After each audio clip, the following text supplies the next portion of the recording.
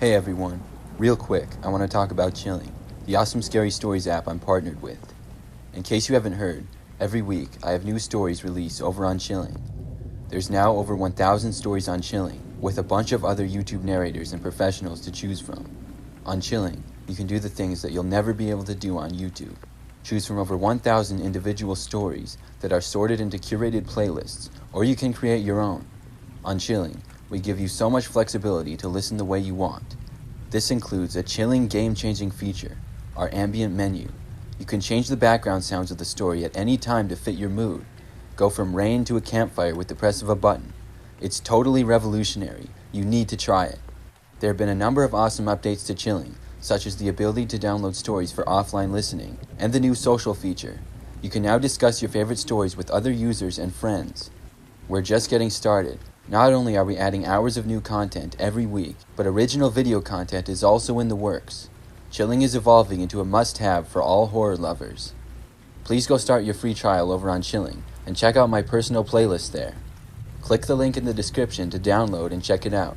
There's also currently a giveaway for an Xbox Series X bundle. I'll post a link in the description to enter.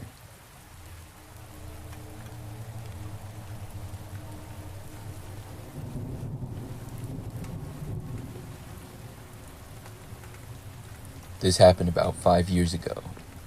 I've always liked fishing. I'm not the greatest in the world at it, but I've caught some fish that I'm proud of over the years. I really enjoy getting out to different lakes and fishing, but I like fishing on my property the most. I have a really big yard with the woods that connects to a lake on the back side of it. It's only about a 5 to 10 minute walk through the woods on my property to the lake that's connected to it. One day, I went out early in the morning before the sun was up to do a little bit of fishing. I had a little dock on the lake, and I did have a boat, but on this day, I was just sitting at the end of the dock fishing in the little chair I had out there. It was a very relaxing morning, and the sun would be coming up shortly. I wasn't getting many bites, and suddenly, I heard a splash of water in front of me. I looked, but I didn't see anything. I really couldn't tell what it was. I looked into the water, but nothing seemed to be there. I kept on fishing, but less than a minute later, I heard another loud splash in the water. But this time, I saw something. It looked like a rock had gone whizzing past me into the lake. I looked behind me towards the woods.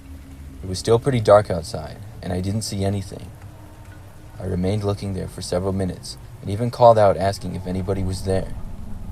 Nobody responded, and I didn't hear any more noises. Still, I wondered how a rock would seemingly be thrown in my direction. I just shook my head and went back to fishing once more. My property was pretty large, and I didn't have any neighbors close by, or a park or anything like that. There was really no reason why anybody else should be out here other than me.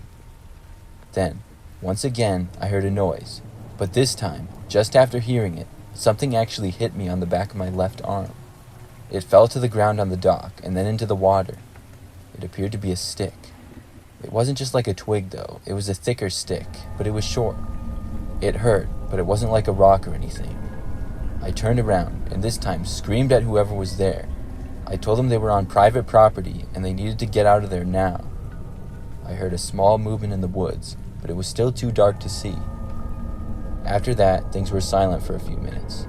I figured I scared off whoever was there. Maybe it was some kid or something. I didn't know, but it was sort of creepy either way. I figured I should probably leave, so I started to get up, but just then, I got a bite on my line. I tried reeling it in, and just as I thought I was going to catch a fish, I suddenly felt myself getting pushed from behind. I fell to the ground and was about 1 foot away from falling off my dock and into the water. If I hadn't been standing up and taken a couple of steps back to try to reel in the fish, I would have fallen right in. It was a cheap shot, and I didn't see it coming. When I was on the ground, I looked back. I just barely saw somebody disappearing back into the woods. I couldn't tell any details of them. I got up after this and packed up all my stuff, then headed back. I wasn't going to stay out there any longer with someone seemingly trying to kill me. As I walked back through the woods, I would occasionally hear noises throughout. They seemed to be in different locations every time. I finally made it back to my house and went back inside. I didn't go back out to the lake for a few days after that. I have no idea who was out there or why they were trying to hurt me. Like I said, it's a private property, and luckily, I haven't had any problems since that day.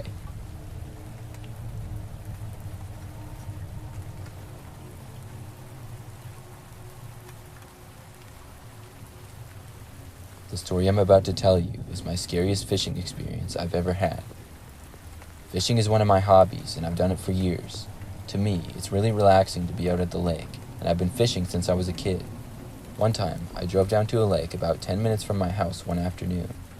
I planned on fishing until around sunset and then going back.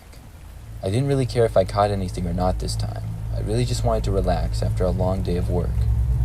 I took my fishing pole, chair, and cooler and found a nice little area where nobody else was.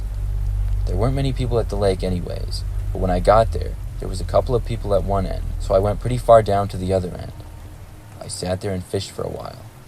I didn't catch anything, but I was pretty relaxed just listening to the water and sitting there. It was starting to get dark out, and the sun was starting to set. Pretty much everyone had left by now, and I guessed I should get going too, but wanted to stay for a little bit longer.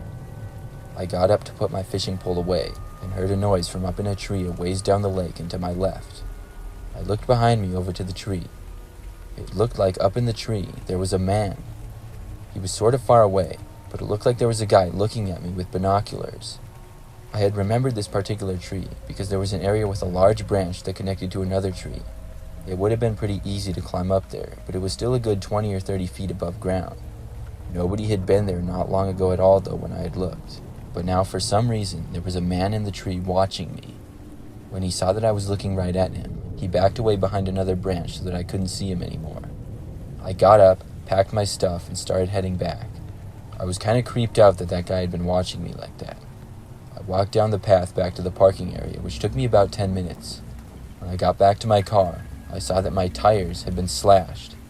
My car was the only one left in the parking lot, and I got a bad feeling, so I took out my phone. I had a good friend who lived less than 5 minutes from this particular lake, so I called her and told her what had happened. She offered to come pick me up, which I was more than happy to hear. I waited by my car as it was getting darker and darker by the minute.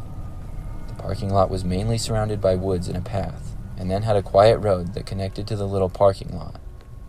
As I stood there next to my car, I started to hear noises in the woods, as if somebody was walking through it, but not on the path. They were coming from the opposite direction, and they were getting closer and closer.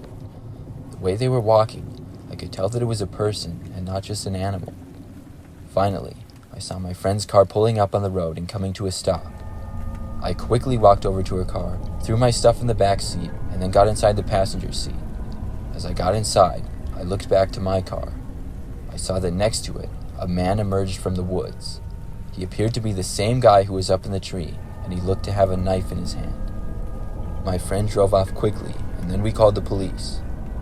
After we went back later that night with the police, the man was now gone, but I gave as best of a description as I could. Of course it was dark out, and I couldn't give great details. I just know I'm extremely lucky that my friend arrived there when she did.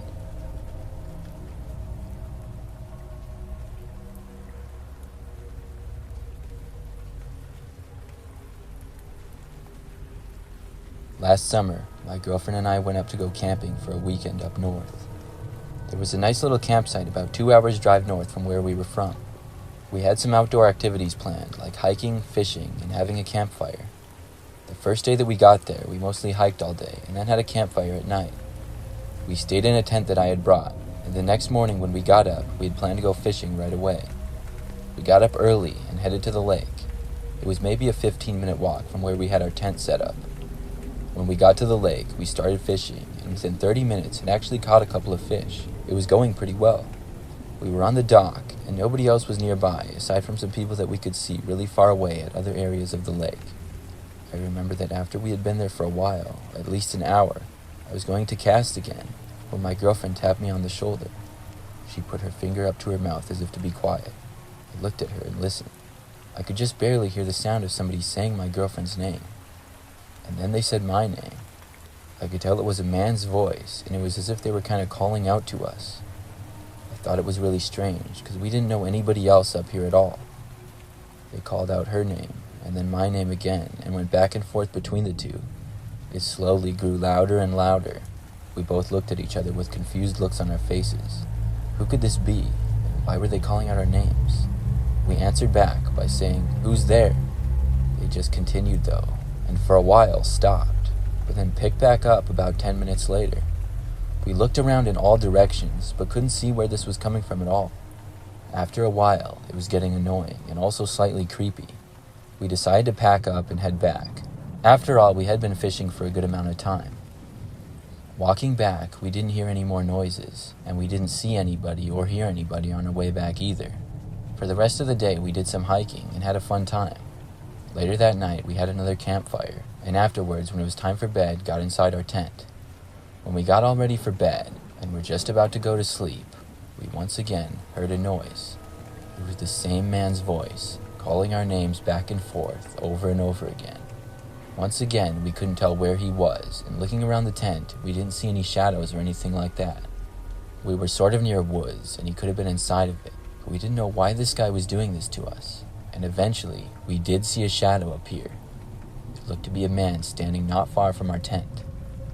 By this time, he had stopped calling our names. I sat up and shouted for the man to leave us alone. He just stood there and didn't move for a good 5 minutes straight. I didn't take my eyes off him at all, and neither did my girlfriend. Eventually, we saw him walk away, but not less than a minute later, he was calling our names out once again. This was enough for me. I decided it would be best for us to leave. We both took our valuables, and on the count of 3, ran to my truck, got inside, and drove away, leaving the tent there. The next day, we came back to pick it up. Our tent looked like it had been messed up a little bit, but all the stuff we left seemed to still be there. We packed it up and headed home. To this day, we don't know who that guy was or how he knew our names, but luckily, he didn't do any harm to us.